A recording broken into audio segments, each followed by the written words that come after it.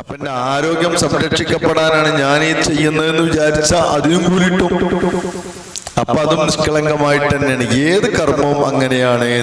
ഇനി പറയാൻ പോകുന്ന ഹദീസും അത് തന്നെയാണ്.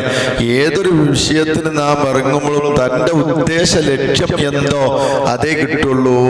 അപ്പൊ അതിന്റെ ബാഹ്യമായ പ്രകടനം നോക്കിയിട്ട് കാര്യമില്ല.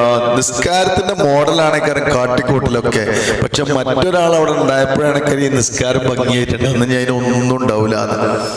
റിയാകാരെ കുറിച്ച് പറയുന്നുണ്ട്.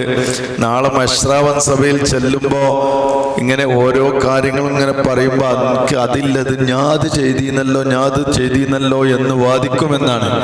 അപ്പൊ പറയുമത്ര, നീ ആര് കാണാൻ വേണ്ടിയാണോ ചെയ്തത് അവിടെ പോയിട്ട് വാങ്ങിക്കോ എന്ന് പറയുന്നു. എനിക്ക് വേണ്ടി നീ ചെയ്തിട്ടില്ല എന്ന് പറയും. എനിക്ക് വേണ്ടി ചെയ്തിട്ടില്ല എന്ന് പറയും. അപ്പോ ഒന്നും കിട്ടാണ്ടാവൂല, ഒന്നും കിട്ടാനുണ്ടാവൂല. അപ്പൊ അതുകൊണ്ട് നമ്മൾ ചെയ്യുന്നതൊക്കെ നിഷ്കളങ്കമാണ്. പ്രത്യേകിച്ച് ആരാധനയായി നിയ്യത്ത് കൊണ്ട് തുടങ്ങിയിട്ട് അവസാനിപ്പിക്കുന്ന എല്ലാ കർമ്മങ്ങളും അത് വളരെ ശ്രദ്ധിക്കണം. അതിലേക്ക് സൂചനയാണ് ഹിജ്റയുമായി ബന്ധപ്പെട്ട് വന്ന ഒരു ഹദീസാണ്. ബഹുമാനപ്പെട്ട സയ്യിദ്ന അമീറുൽ മുഅ്മിനീൻ ഉമർ ഇബ്നുൽ ഖത്താബ് റളിയല്ലാഹു അൻഹു ആണ് റിപ്പോർട്ട് ചെയ്യുന്നത്.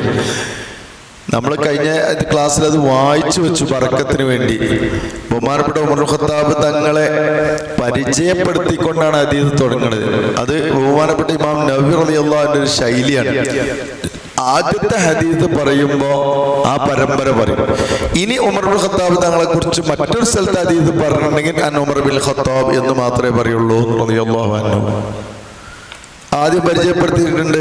അപ്പോ പരിചയപ്പെടുത്തുന്നത് എന്തിനാ? നമ്മളൊരാളെ പരിചയപ്പെടുന്ന ആളെ അറിയാൻ വേണ്ടിയാണ്. ഉമർ ഇബ്നുൽ ഖത്താബ് തങ്ങൾ ഖുറൈശിയാണ് എന്നാണ് അത് പറയാനാണ് ഇപ്പൊ പറഞ്ഞു വരുന്നത്. അതാ അമീരിൽ മുഅ്മിനീൻ, അമീരിൽ മുഅ്മിനീൻ, മുഅ്മിനീങ്ങളുടെ നേതാവ അല്ലേ. അമ്പിയാക്കളെ കഴിച്ചാൽ ഏറ്റവും ഉയർന്ന രണ്ടാമത്തെ പോസ്റ്റിൽ ഇരിക്കുന്ന ആളാണ് ആര്? സയ്യിദുന ഉമർ ഇബ്നുൽ ഖത്താബ് റളിയല്ലാഹു അൻഹു. അമീറുൽ മുഅ്മിനീൻ എന്നാണ്, മുഅ്മിനീങ്ങളുടെ നേതാവ് എന്നാണ് ഭാഷാർത്ഥം. ഭാഷാർത്ഥം വെച്ചിട്ട് നമുക്ക് അതിനെ വിലയിരുത്താൻ കഴിയില്ല. അമീറുൽ മുഅ്മിനീൻ എന്ന പേരിൽ അറിയപ്പെട്ടവർ വളരെ ചുരുങ്ങിയ ആളുകളാണ്. അതിന് കുറച്ച് കഴിഞ്ഞാൽ അൽ മുബശ്ശർ ബിൽ ജന്ന എന്ന് പറഞ്ഞോടത്തും പറയേണ്ട സംഭവം.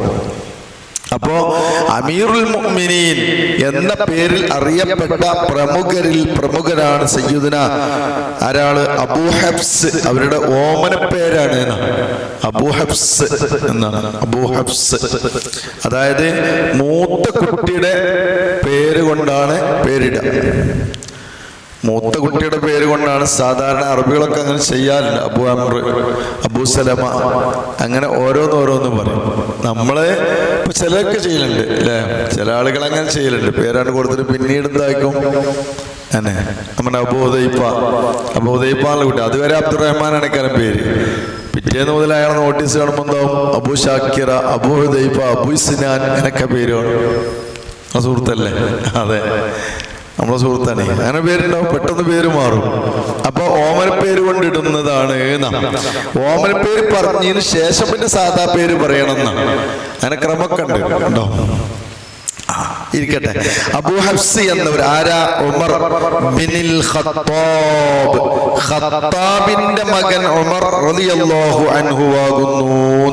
ഖത്താബ് ബിൻ നുഫൈൽ, അവര് നുഫൈലിന്റെ മകൻ. Bin Abdul Uzza bin Riyah bin Abdullahi bin Qurt bin Razah bin Adi bin Kaab. അവിടേക്ക് എത്തിക്കാനപ്പോ പറഞ്ഞു. ഞാൻ ഇന്നാള് പറഞ്ഞിട്ടുണ്ട് മുത്തനബി സല്ലല്ലാഹു അലൈഹി വസല്ലം തങ്ങളെ 20 ഉപ്പാപ്പമാർ, 20 ഉപ്പാപ്പമാർ നമ്മൾ അറിയൽ നിർബന്ധമായതിൽപ്പെട്ട 20 ഉപ്പാപ്പമാര്. മുത്തനബിയുടെ 20 ഓർമ്മല്ലേ? അബൂ അബ്ദുല്ലാഹി അബ്ദുൽ മുത്തലിബ് എന്ന് പറഞ്ഞ ഓർമ്മല്ലേ? കൂടുതൽ നമ്മൾ പഠിച്ചേക്കണം.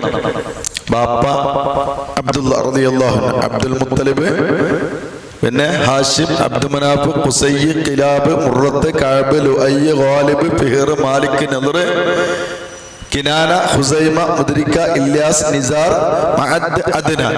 ഇങ്ങനെ 20 പാപ്പമാരുടെ പേരറിയണം. അവിടുന്ന് അങ്ങോട്ട് സയ്യിദുന അബൂ അബുൽ ബിശ്ർ ആദം അലൈഹിസ്സലാത്തു വസ്സലാം വരെ പരമ്പര ഉണ്ട്. പക്ഷെ നമ്മളറിയാൻ നിർബന്ധമായത് 20 പാപ്പമാരുടെ പേരാണ്. അതിങ്ങനെ ഇടക്കിടക്ക് പറഞ്ഞാൽ മതി. അപ്പോൾ പഠിയാൻ പോയി ഇൻഷാ അല്ലാഹ്. ആകെ ഇതിന്റെ കാര്യം ആയിക്കോട്ടെ. അപ്പൊ കഅബയിലെത്തി. കഅബ എത്രാമത്തെ പാപ്പേ? ഒന്നുകൂടി പറഞ്ഞോളി. എന്താ ഞങ്ങളിത് ചൊല്ലി പറയാൻ വന്നാലേ.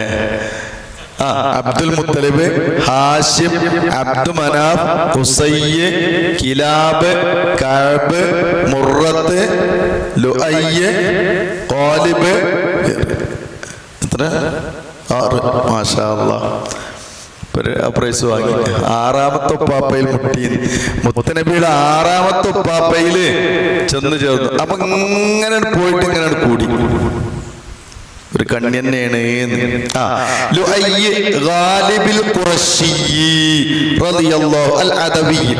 ഖുറൈശികളിൽ നിന്ന് വേർപിനോ ജഅൽനാകും ശുഊബൻ വഖബായിലാണല്ലോ. അങ്ങനെയല്ലോ ഓരോ കബീല പറയണ്ട, പിന്നെ അതിന്റെ ഉപകബീലകൾ പറയല്ലോ. ആ കബീലയിൽ പെട്ടതാണ് റളിയല്ലാഹു അൻഹു.